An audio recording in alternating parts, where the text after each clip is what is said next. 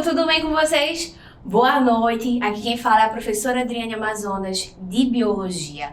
E hoje a gente vai começar a estudar um assunto delicioso, organelas citoplasmáticas. A gente vai estudar citologia, vai ver quais são as organelas que fazem parte da célula. E aí eu já queria que você deixasse aí no chat um comentáriozinho me dizendo, você se dá bem nesse assunto? Você sabe quais são as funções das organelas citoplasmáticas? Você sabe o que é citologia? Comenta aí pra mim que a gente vai começar agora a embarcar nessa aula e vai viajar comigo. Vamos embora? Quando a gente fala de citologia, toda vez que a gente vê esse termo logia, o termo logia significa estudo. E cito, célula. Logo, citologia quer dizer o estudo da célula, né? Então, a biologia é a ciência que estuda a vida e dentro dela a gente tem várias áreas de conhecimento. A gente tem a bioquímica, a gente tem a genética e outra área de conhecimento que a gente tem é a citologia, entre outras muitas que nós temos. E hoje nós vamos começar a ver citologia. Eu trouxe aqui no slide para vocês umas imagens representando algumas células. Na primeira imagem, a gente tem a representação de uma célula procarionte. Na segunda imagem e na terceira imagem, a gente tem representação de células eucariontes. Só que na célula do meio, a gente tem uma célula eucarionte animal e na célula do cantinho de lá, a gente tem uma célula eucarionte vegetal. Então, como eu vinha dizer a vocês, todo ser vivo é constituído de células, né?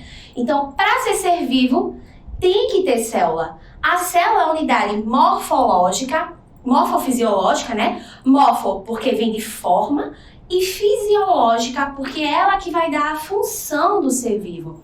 Então, tudo na nossa vida só é movido devido às células, né? Então, tudo começa lá com um átomo, que um conjunto de átomos forma as moléculas. Quando eu tenho um conjunto de moléculas, eu formo as células. Quando eu tenho um conjunto de células, eu formo os tecidos. Quando eu tenho um conjunto de tecidos, eu formo os órgãos. Quando eu tenho um conjunto de órgãos, eu formo os sistemas. Eu formo o sistema digestório, eu formo o sistema respiratório, eu formo o sistema cardiovascular. E quando eu junto todos esses meus sistemas, eu formo um organismo. Então perceba que a célula, ela está na composição desde o princípio, até chegar a seres mais complexos como nós. Então, por isso que a gente diz que ela é a unidade morfológica e fisiológica da vida. Ela vai dar a forma e ela vai fazer o funcionamento vital de seres vivos. E aí, toda vez sempre vai ter um aluno que vai perguntar: e os vírus, professora? Professora, eu vi em algum lugar que vírus é ser vivo. Me conta isso aí. Calma, bora lá. Então, né? E aí, os vírus são seres vivos ou não são? Eu quero agora, para tudo e comenta aí no chat. Quem acha que os vírus são seres vivos? E quem acha que os vírus não são seres vivos? Coloca aí pra mim. Aí, eu acho que sim, professora. Eu acho que não. Não é. A gente vai levantar aí, os comentários e vai ver quem acertou e quem não acertou. E vamos embora entender o que são os vírus, né? Toda vez que a gente fala de vírus, sempre surge esse levantamento que eu acabei de falar para vocês. Se eles são ou se eles não são seres vivos, né? Na verdade, os vírus, eles não são seres vivos. Mas por que eles não são seres vivos? Vê só. Para ser vivo, tem que seguir alguns critérios. Então, perceba comigo.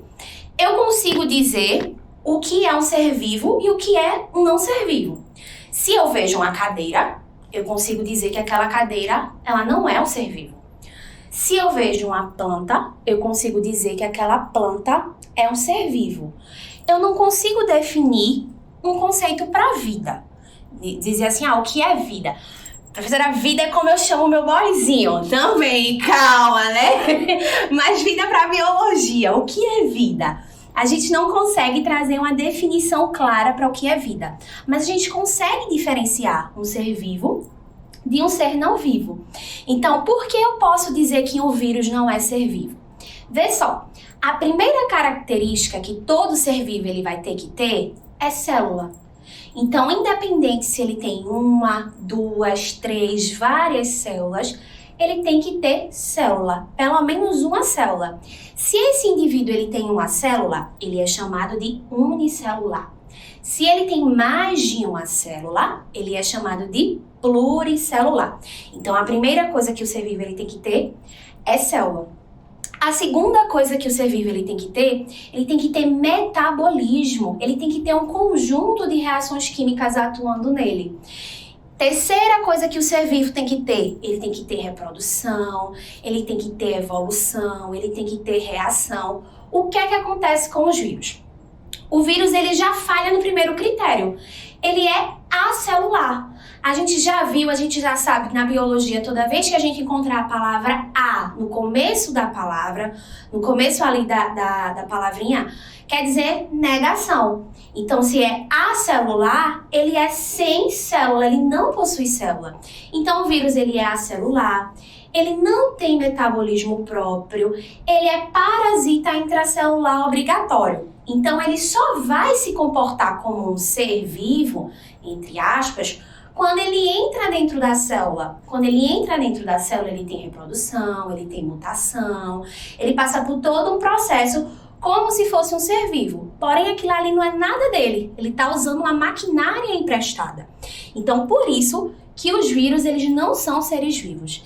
E além disso, é importante dizer que quando o vírus ele não está parasitando uma célula, ele não é chamado de vírus. Ele tem um outro nome. Ele é chamado de vírion.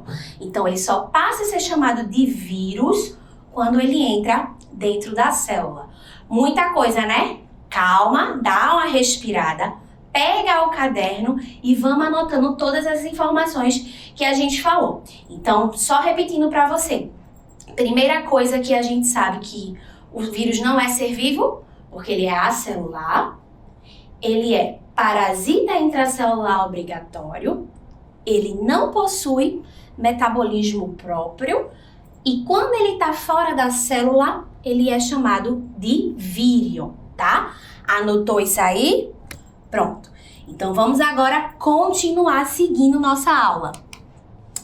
E aí, pra gente chegar assim e dizer, como foi que a gente chegou ao conceito do que é célula? Como foi que as células elas foram descobertas? Como foi que a gente tem todas essas informações que a gente sabe hoje em dia? Então isso passou por um histórico, isso passou por um processo de descobertas ao longo do tempo. Não foi só uma pessoa assim que chegou e descobriu e disse, pronto, célula é isso. Não, a gente teve cientistas, a gente teve pesquisadores que foram descobrindo coisas no decorrer do tempo e no final a gente juntou todas essas informações. Então, começando aqui com nossa linha temporal, a gente tem Robert Hooke. O que é que acontece? Ele realizou um estudo e ele observou numa cortiça vegetal uns espaçozinhos em brancos. E esses espaçozinhos lembravam as células. E aí ele denominou de células, que também pode ser chamado de células. Então a primeira observação que foi feita foi realizada por Robert Hooke em uma cortiça vegetal, onde ele observou esses espaços repetidozinhos que tinham nesse tecido, nesse espaço. Então, por isso que ficou denominado de células, que também pode ser chamado de célula. E aí, com o passar do tempo, veio esse segundo rapaz aqui, Anthony, e ele observou em seres unicelulares, em gotículas de água doce, ele observou células unicelulares em gotículas de água doce. Então, foi a segunda observação realizada por Anthony. Em seguida, veio Matias e ele concluiu o seguinte, ele disse, olha, todos os vegetais possuem célula. Isso lá em 1838. Em 1839, veio Theodore, fez várias observações. Depois de ter feito várias observações, ele disse o seguinte, olha, todos os animais são dotados de célula. E por fim, veio Rudolf e ele disse o seguinte, Toda célula que existe, ela só existe porque ela veio de outra pré-existente. Então perceba comigo, não foi assim uma coisa descoberta assim na hora. Não, foram umas sucessões de descobertas que foram construindo o que a gente sabe, todo o material, tudo que a gente sabe hoje dentro da citologia. Né? Então começou com Robert Hooke e a gente chegou até Rudolf, e cada um desses carinhas tiveram uma contribuição, um papel importante dentro da citologia. Para que é importante a gente saber disso? Professora, para que eu quero saber quem foi o homem que descobriu lá, que falou o nome da célula, quem é que descobriu que tinha célula vegetal, quem é que descobriu que tinha célula animal? Calma. Sabe por que a gente precisa saber disso? Porque existe uma coisinha chamada de teoria celular. A teoria celular, ela diz o seguinte, ela diz, é ser vivo, só é ser vivo porque tem célula. Outra coisa, todas as atividades que forem essenciais à vida, elas vão acontecer dentro da célula. A célula vai ser a menor unidade da vida. E todas as células vão ser formadas pela divisão de células pré-existentes, de células que já existiam. Então, a teoria celular, ela traz justamente isso pra gente. Ela pega tudo aquilo que a gente viu aqui no históricozinho, tudo isso aqui, todas essas contribuições, e ela resume tudo que a célula ela é para nós, tudo que o ser vivo precisa ter, tudo que o ser vivo ele precisa possuir por ter a célula. Então a teoria celular, ela traz esses 4 fundamentos que é importante a gente entender, porque isso é cobrado no Enem. Então o Enem ele traz questões também sobre teoria celular. A gente teve questão de citologia em 2020. A gente tem sempre questões nesse aspecto no Enem. Então, você sabendo isso, é uma questão de nível fácil e que você gabarita na prova. Gabarita por quê? Porque você teve aula aqui no Acelera Enem. Então, Acelera Enem. Então, você vai gabaritar porque tá tendo aula conosco.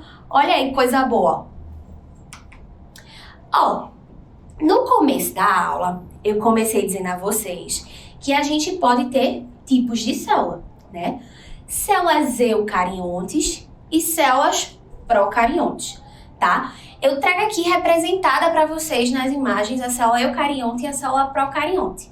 De cara, se a gente olhar assim para elas, eu já consigo ver uma diferença de tamanho, né?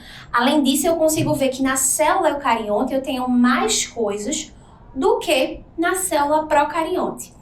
Mas por que esse nome eucarionte e por que esse nome procarionte, né? Então, o nome eucarionte, o termo carionte, ele vem de carioteca.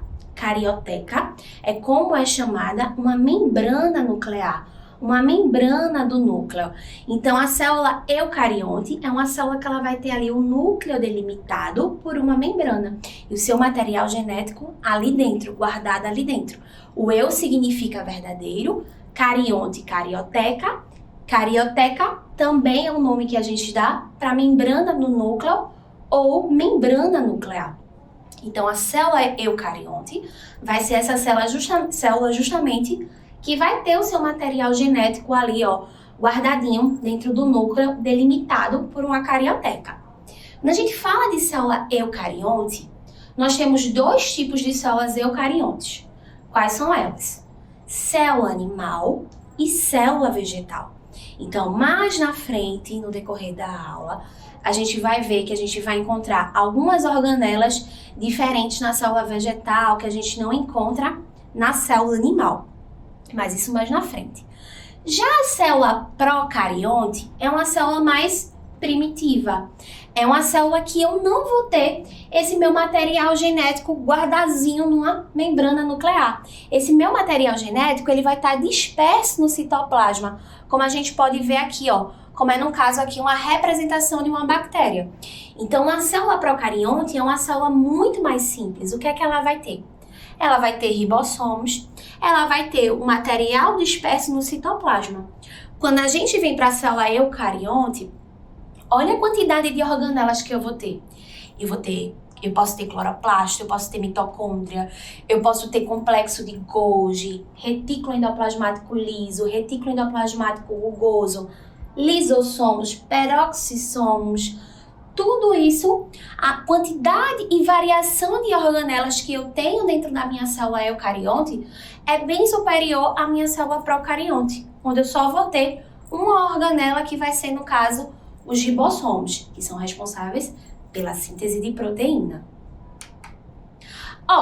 Então aqui, de forma mais ampliada, eu trago para vocês uma célula procarionte. Então vamos ver a estrutura dela, do que ela é composta? Então, quando a gente fala em célula procarionte, já é fácil lembrar logo de bactéria. Gera bactéria. Então, a célula, quem é daqui de Recife vai reconhecer esse sonzinho, hein? Essa música pega.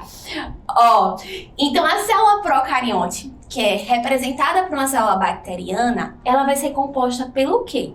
Ela vai ser composta por flagelo, que vai ser responsável pelo deslocamento, pela locomoção, pela membrana.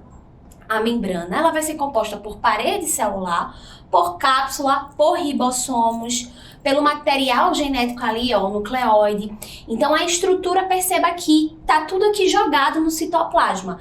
Então tá tudo concentrado dentro do citoplasma dessa célula. A gente vai ter aqui, o citoplasma, imerso no citoplasma, eu vou ter a presença dos ribossomos e eu vou ter a presença do material genético. Quando eu passo para a célula eucarionte, olha a organização, olha a diferença, olha a quantidade de coisa, vê como é bonitinho. Então aqui eu tenho a célula eucarionte animal e aqui eu tenho a célula eucarionte vegetal. Professora, como é que eu vou diferenciar? Como é que eu vou saber se essa célula eucarionte ela é animal, se ela é vegetal? Eu só sei que ela é eucarionte porque eu estou vendo ali o núcleo. Vamos diferenciar. Toda célula que ela é eucarionte vegetal, a gente vai encontrar a presença de parede celular. A parede celular é essa estruturazinha aqui, mais externa de coloração verde. Então, a parede celular, ela fica por fora da membrana plasmática e a gente vai encontrar a parede celular em célula vegetal. Outra coisa que a gente vai encontrar em célula vegetal, presença de cloroplastos. Os cloroplastos, elas são organelas responsáveis pela fotossíntese da planta. Então, a gente vai encontrar cloroplasto em célula vegetal. Isso aqui, parece um beicinho, um amendoim. Então, esse é o cloroplasto.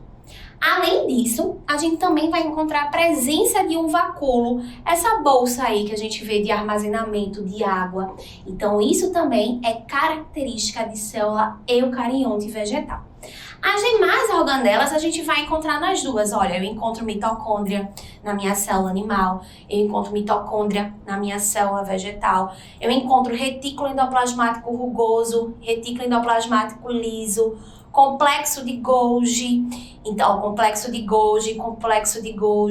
Então, as outras estruturas, centríolos. Então, as demais estruturas eu vou encontrar em ambas as células. Agora, o que vai diferenciar, a princípio, as duas células vão ser presença de parede celular, presença de cloroplasto e presença de vacúolo. Então, quando você identificar essas três estruturas, célula vegetal, não célula animal, beleza? Aqui eu trouxe um esquemazinho para mostrar para vocês justamente com a comparação entre uma célula eucarionte e uma célula procarionte. Então, perceba aqui a quantidade de coisas que eu tenho na minha célula eucarionte. Ribossomos, complexo de Golgi, retículo endoplasmático, membrana plasmática, mitocôndria, citoplasma, lisossomo, núcleo. Quando eu passo para a minha célula procarionte, o que é que eu vou ter? Olha o material genético disperso no citoplasma, parede celular, membrana plasmática, o citoplasma, o ribossomos e a cápsula. Então, percebam como é notória a quantidade de diferenças, a disparidade de quantidade de organelas que eu vou ter em uma célula eucarionte e que eu vou ter em uma célula procarionte. Então, é uma quantidade, assim, enorme de diferenças e de complexidade. Uma célula eucarionte é bem mais complexa do que uma célula procarionte. E aí, a gente começa a entrar, de fato, dentro da célula. Então, vamos começar a entrar dentro da célula agora. Então, até então, a gente estava vendo as características gerais dela, a gente estava vendo como era. Então, agora a gente vai começar a entrar dentro da célula. Está conseguindo entender? Tá tranquilo? Comenta aí pra mim, coloca aí nos comentários o que é que tu estás achando do assunto. Então, chegamos na célula. Quando a gente chega na célula, a gente tem o citoplasma. O citoplasma, ela vai ser essa região aqui, ó, que vai ocupar a célula. Então, perceba, na minha primeira imagem, eu tenho uma célula procarionte, eu tenho uma bactéria, e o citoplasma é toda essa região azulzinha. Na minha segunda imagem, na imagem do meio, eu tenho uma célula eucarionte animal. Adriane, como é que eu sei que é uma célula eucarionte animal? Presença de parede vegetal? Não. Presença de cloroplasto? Não. Então, só pode ser uma célula eucarionte do tipo animal. Então, toda essa região aqui, ó, azulzinha, que está entre o núcleo e a membrana plasmática, é o citoplasma. E na minha terceira imagem? Na minha terceira imagem, eu já tenho uma célula vegetal. Olha a parede celular aí, ó, por fora, revestindo. Olha a presença dos cloroplastos. Olha a presença do vacúolo. Então, onde é que eu vou encontrar meu citoplasma aí? Eu vou encontrar o meu citoplasma em toda essa regiãozinha aí, que vai estar entre a membrana plasmática e o núcleo também. Então, o que é o citoplasma? O citoplasma é uma porção gelatinosa que a gente vai ter preenchendo todo o interior da célula, todo o espaço da célula. E as organelas citoplasmáticas, elas vão estar imersas no citoplasma. Então, o citoplasma ele vai estar abrigando as organelas e ele também vai ter uma função na célula de preenchimento, preenchendo todo esse espaço celular. E aí a gente chega a uma organela que ela é comum, tanto a célula procarionte como a célula eucarionte. Que organela é essa? Ribossomos. Então, os ribossomos são esses granulozinhos aí, ó, essas pequenas bolinhas, que quando a gente amplia, ele tem justamente esse formato. Qual que é a função dos ribossomos para a célula? A função dos ribossomos é de síntese de proteína. Perceba, a síntese proteica é uma função vital para o funcionamento celular. Então, se de repente existe alguma coisa que venha barrar a síntese proteica, vai ter a morte da célula. Então, para existir a célula, a gente precisa ter a síntese proteica. Quem é a organela que é responsável por realizar essa função? Ribossomos. Os ribossomos, eles vão fazer a função de sintetizar proteínas. E eles vão estar presentes tanto nas células procariontes, dispersos lá no citoplasma, como nas células eucariontes. Nas células eucariontes, eu vou encontrar os ribossomos em duas partes. Eu vou encontrar os ribossomos dispersos no citoplasma, ó, como eu tenho aqui nessa imagem, e eu também vou encontrar os ribossomos aderidos ao retículo endoplasmático rugoso. Então, Adriane, tem alguma diferença? Ele está disperso no citoplasma, ele está preso no retículo endoplasmático rugoso, tem alguma diferença? Tem. Quando o meu ribossomos ele está disperso no citoplasma, ele vai estar sintetizando proteínas para a célula, ali para aquele meio celular. Anote isso aí. Quando o meu ribossomos, ele está disperso no meu citoplasma, ele está produzindo proteínas para dentro daquela célula. Agora, quando o meu ribossomos ele está aderido ao retículo endoplasmático rugoso, ele está produzindo proteínas que vão ser levadas para fora da célula. Bora lá? De novo, anotando isso aí. Ribossomos dispersos no citoplasma, ele vai estar o quê? Produzindo proteína para dentro da célula. Ribossomos aderidos ao retículo endoplasmático rugoso, ele vai estar produzindo proteínas que vão para fora da célula, tá? Então, função dos ribossomos, síntese proteica. Saímos dos ribossomos, chegamos em citoesqueleto. Fala citoesqueleto, o que é que vem na tua cabeça quando eu falo citoesqueleto, né? Citoesqueleto vem esqueleto. Primeira coisa, a primeira memória que vem é esqueleto, que como o próprio nome já vem, né? Então, cito quer dizer célula e esqueleto quer dizer esqueleto. Qual que é a função do esqueleto pra gente? O esqueleto, ele vai fazer pra gente ter a sustentação, ele vai nos ajudar nos movimentos. Então, o citoesqueleto na célula, ele vai ter justamente essa função. Vai ser uma rede de filamentos formados por proteínas, e essas proteínas, elas vão dar sustentação celular.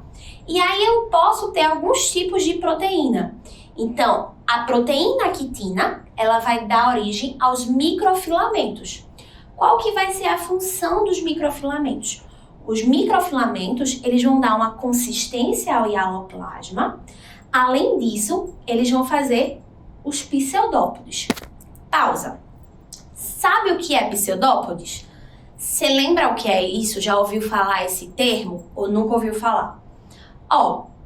Pseudópodes. Podes quer dizer pés e pseudo, falso. Então, a célula, ela tem a capacidade de se projetar através de falsos pés.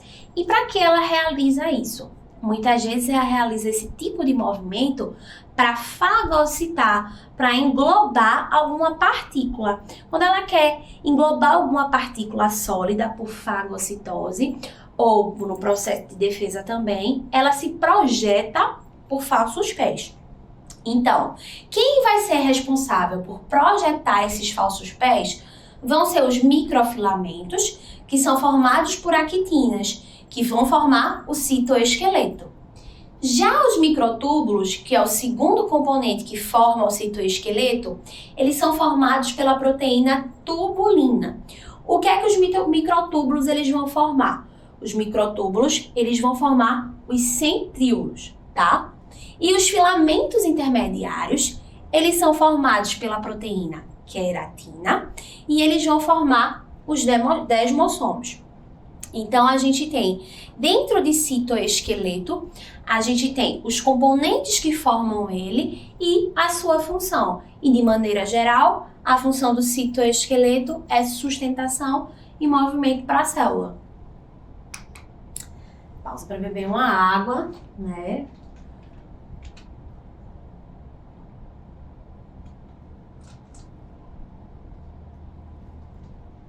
Chegamos ao mais um componente do citoplasma, centríolos, tá? Então, aqui a gente tem um centríolo na organela citoplasmática e a gente tem aqui a ampliação dele. Os centríolos, eles são derivados dos microtúbulos e eles vão ter função de quê? Eles vão ter a função de formar os cílios e os flagelos. E os cílios e os flagelos, eles vão desempenhar funções importantes. Então, o flagelo ele vai ter uma função de locomoção. Onde é que eu encontro o flagelo? Eu encontro o flagelo na célula do espermatozoide. Onde é que eu encontro cílios? Eu encontro cílios na traqueia. Eles vão estar ali, ó, fazendo a filtração, fazendo a limpeza. Quando alguma partícula de impureza passa, os cílios eles vão estar ali, ó. São muitos, numerosos, eles vão estar ali fazendo a filtragem, fazendo toda a limpeza, protegendo o teu sistema respiratório. Então, quando eu falo de flagelo, eu falo de uma estrutura única e alongada, como a gente pode perceber aqui. E quando eu falo de cílios, eu falo de uma estrutura curtinha e numerosa. E cada um vai desempenhar uma função. Então, tanto o cílio como o flagelo, eles são originados a partir dos centríolos. Chegamos ao retículo endoplasmático. Retículo endoplasmático, ele pode ser chamado de dois tipos. Ele pode ser retículo endoplasmático liso e retículo endoplasmático rugoso. O retículo endoplasmático liso, ele também pode ser chamado de retículo endoplasmático agranular. O retículo endoplasmático rugoso, ele pode ser chamado de retículo endoplasmático rugoso ou de retículo endoplasmático granuloso, ou granulado, ou granular. Por que isso? O liso, como o próprio nome já diz, ele não tem nada. Essa porção aqui da frente, a gente tem representado o retículo endoplasmático liso, ou a granular. Essa porção mais interna, por trás, a gente tem a representação do retículo endoplasmático rugoso. Então, se você observar comigo, você vai ver que no retículo endoplasmático rugoso, ele tem como se fossem umas pintinhas aderidas a ele. O que é isso que está colado nele? Então, isso que está colado no retículo endoplasmático rugoso, aderido ao retículo endoplasmático rugoso, são justamente os ribossomos. Então, aqui, ó, o rugoso tem a presença de ribossomos aderido a ele e o liso não tem a presença de ribossomos aderido a ele. Isso vai fazer com que eles desempenhem funções diferentes. Então, ó, o que é que o retículo endoplasmático liso ele vai fazer dentro da célula? Ele vai fazer o metabolismo de lipídios e ele vai fazer o armazenamento de íons de cálcio. Já o retículo endoplasmático rugoso. O retículo endoplasmático rugoso, ele vai sintetizar proteína que vai para fora da célula, e ele vai fazer um metabolismo de carboidratos. Então, perceba que a gente consegue diferenciar um do outro justamente por um possuir aqui os grânulos aderidos e o outro não. Então, a função do retículo endoplasmático rugoso é de extrema importância, como eu vinha falando para vocês. A proteína, a gente precisa ter a produção de proteínas, a produção da quebra de lipídios, a quebra de carboidrato, e tudo isso a gente vai ter produzido pelo nosso retículo endoplasmático rugoso e liso. A próxima organela é o complexo de Golgi. Mas antes de seguir para o complexo de Golgi, eu queria falar com vocês uma coisa. Se vocês perceberam, eu estou dizendo aqui, falando de cada organela, e eu estou citando que cada uma tem uma função. Não sei se vocês perceberam isso. Então, quando a gente vai falar de organela citoplasmática, eu gosto muito de falar de uma fábrica. Então, imagina aí uma indústria. Se tu tens uma indústria de... Imagina uma fábrica de biscoito, né? Todo mundo aqui gosta de biscoito, né? Biscoito treloso, o melhor que tem, né? De chocolate, flocos, quero. Ó, Treloso patrocina aí, viu? Patrocina a gente, que eu quero biscoito, literalmente. Depois vocês vão lá dar o biscoito da gente, viu? Ó, então vê só, imagina que tu tens uma fábrica de biscoito. O que é que tu vai ter nessa fábrica de biscoito? Tu vai ter uma diretoria, tu vai ter um setor que vai produzir a massa, tu vai ter um setor que vai produzir o recheio, tu vai ter um setor que vai juntar ali a massa com o recheio, um setor que vai empacotar, um setor que vai distribuir, um setor que vai armazenar. Então vai ter setores e cada setor ele vai desempenhar uma função. Na célula não é diferente. Na célula a gente vai ter os setores e cada setor vai estar desempenhando uma função. Então, a outra organela que a gente fala é a do complexo de Golgi. Então, o que o complexo de Golgi ele vai fazer? Ele vai armazenar, ele vai transportar e ele vai exportar, colocar para fora substâncias das células. Substâncias que foram produzidas aonde? Substâncias que foram produzidas no retículo endoplasmático, tanto no liso quanto no rugoso. Uma outra coisa importante que a gente precisa saber do complexo de Golgi é que ele vai armazenar tudo que foi produzido no retículo endoplasmático liso e rugoso, e além disso ele vai formar vesículas de secreção celular que vai compor lisossomos, que vai compor peroxissomos, que vai compor o acrossomo dos espermatozoides. Então, Adriane, eu não sei o que é acrossomo. O espermatozoide, ele tem uma camadazinha que é formada de acrossomo. O acrossomo, ele vai justamente, liberar a enzima para penetrar ali no ovócito secundário, para poder fazer com que o espermatozoide entre. E isso é produzido aonde? No complexo de Golgi.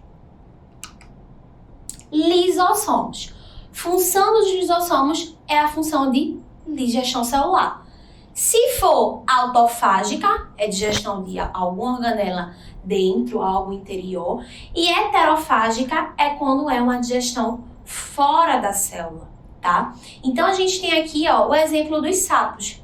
Então há uma digestão, os lisossomos eles atuam na redução da cauda até chegar à formação do sapo.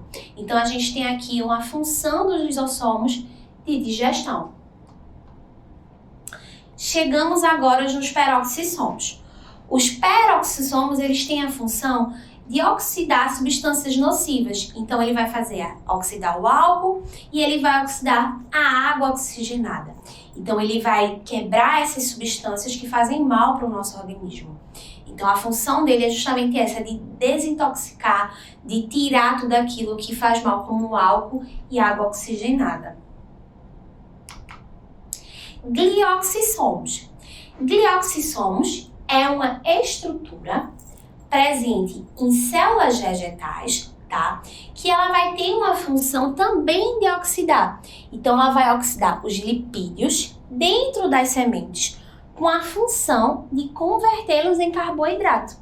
Então, os glioxissomos, eles vão ser essa estrutura aqui, que vai ter essa função justamente de converter, de fazer essa mudança no interior da semente de lipídios para carboidrato, oxidando os lipídios e transformando-os em carboidratos. Ó, chegamos agora a mais uma estrutura de célula vegetal. No começo da aula eu apresentei ele rapidamente a vocês e agora eu vou de fato entrar neles e falar sobre ele. Quem é ele? É o vacúolo. O vacúolo, ele é essa bolsa, como vocês estão vendo aqui, ó, essa bolsa de armazenamento, e essa bolsa ela tem uma função. Ela tem a função em vegetais de armazenar água e minerais. Agora, a gente também pode encontrar o vacúolo em protozoários de água doce, um paramécio. Então, a gente pode encontrar o vacúolo no protozoário de água doce fazendo o controle de entrada e de saída de água. Então, ele vai estar ali, ó, controlando a quantidade de água que entra, a quantidade de água que sai. E esse processo de controle de água no paramécio em protozoários é chamado de osmorregulação. A gente vai ver que osmose é um processo de passagem de solvente, né? De passagem de água. Então, como ela vai estar ali controlando a entrada e a saída da água, a gente diz que o vacúolo em protozoários ele tem a função de osmorregulação. Cloroplasto. Cloroplasto, organela de célula vegetal. A gente sabe que a função do cloroplasto está intimamente ligada à produção de fotossíntese. Então, função de cloroplasto é fotossíntese, tá? Agora, quando a gente chega em cloroplasto, a gente precisa contar alguns detalhes. Então, o cloroplasto, observa aqui comigo. Vocês estão vendo que aqui tem duas membranas. Eu tenho uma membrana e tenho outra membrana. Então, o cloroplasto ele vai ser uma organela diferenciada. Ele vai possuir duas membranas envolventes. Ele vai ter o poder de auto-se duplicar. Ele vai ter a presença de DNA, de ribossomos próprios. Do mesmo jeito que o cloroplasto ele tem essas características, a gente também tem a mitocôndria.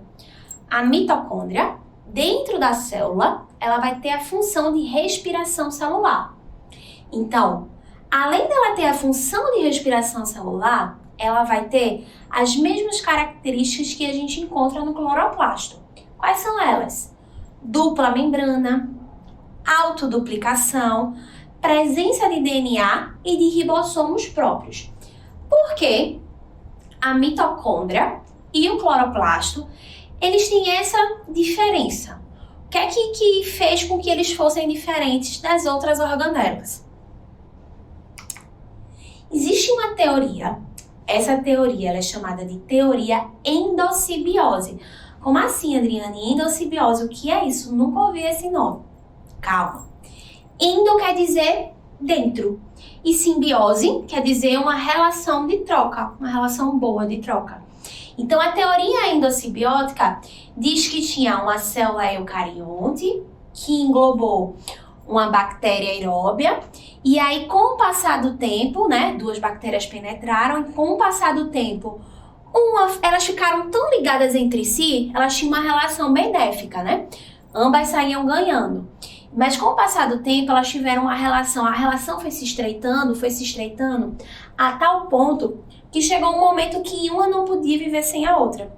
Acabou que essa bactéria foi incorporada à célula e deu origem a 2 organelas. Deu origem ao cloroplasto e deu origem à mitocôndria. Então, a gente fala que, na verdade, a mitocôndria e o cloroplasto, eles derivaram de uma associação endossimbiótica, onde eu tinha uma célula eucarionte, onde eu tive a presença de uma bactéria entrando, de outra bactéria entrando, e elas deram origem a essas 2 organelas. Por isso que ambas têm dupla membrana, porque pegou a membrana da bactéria, e por isso que elas têm a capacidade de autoduplicação. Outra coisa, existem evidências que comprovam a teoria endossimbiótica, antes da gente passar. Então, quais são essas evidências, né? Como eu falei para vocês. Autoduplicação, presença de dupla membrana, presença de DNA circular, ribossomos. Então, essas são as evidências que a gente precisa saber que comprovam a teoria da endossimbiose. Então, você precisa ter em mente que não é só dizer a mitocôndria e o cloroplasto, eles derivam de uma endossimbiose. Mas por quê? O que é que comprova isso? Então, os argumentos são justamente esses. E aí, tem uma coisinha que eu queria comentar com vocês, é o DNA mitocondrial.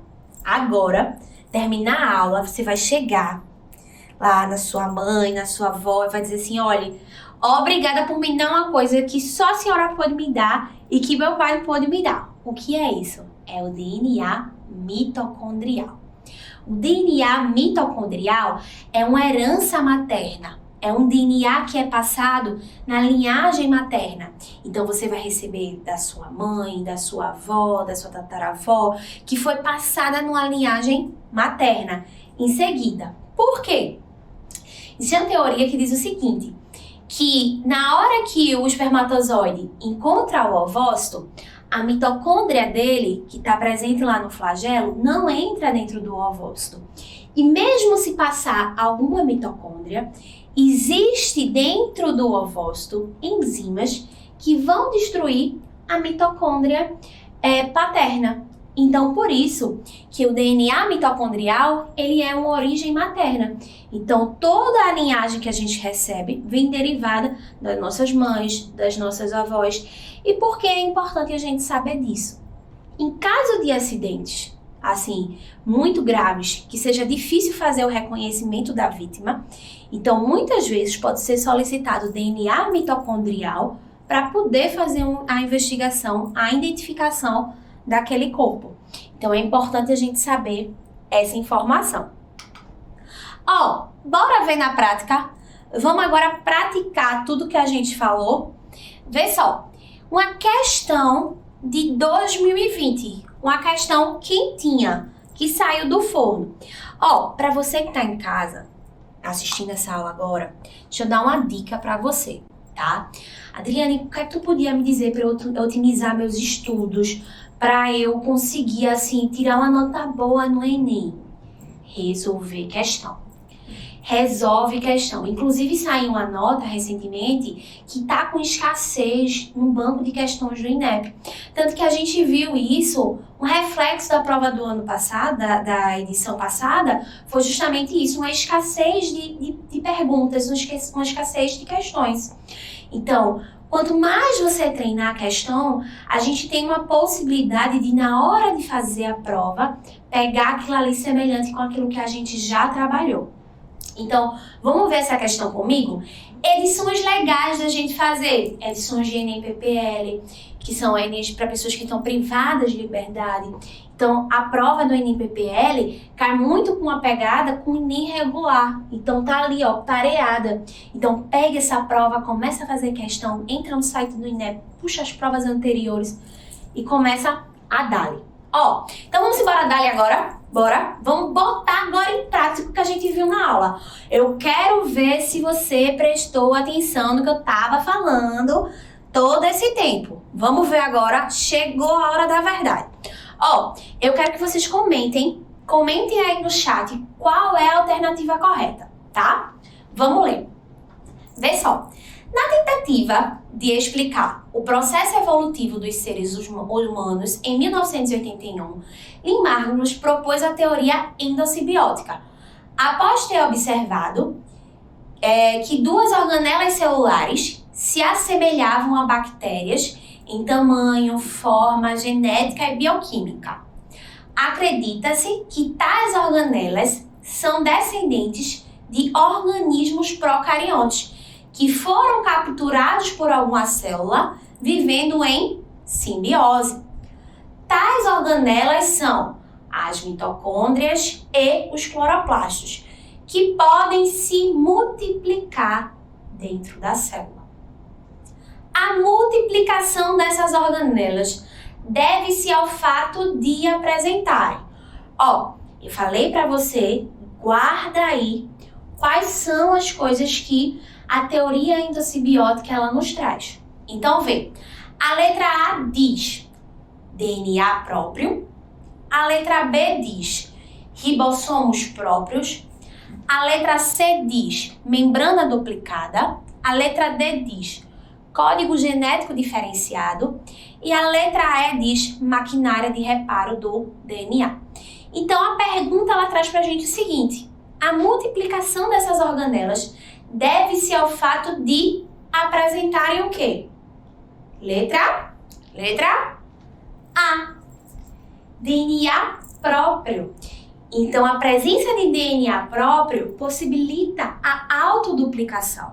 Então, tanto a mitocôndria como o cloroplasto, eles têm a capacidade de se autoduplicar. E isso se dá devido à presença de DNA próprio. Diga-se de passagem, um DNA circular semelhante ao DNA bacteriano, que é o que mais comprova aí também a teoria da endossimbiose. Uma questão de nível fácil, que se cair assim parecida, com certeza vocês vão gabaritar. Ó, questão 2, tá? Enem PPL 2017, ela traz pra gente o seguinte. Os sapos passam por uma metamorfose completa. Os girinos apresentam cauda e brânquias externas, mas não têm pernas.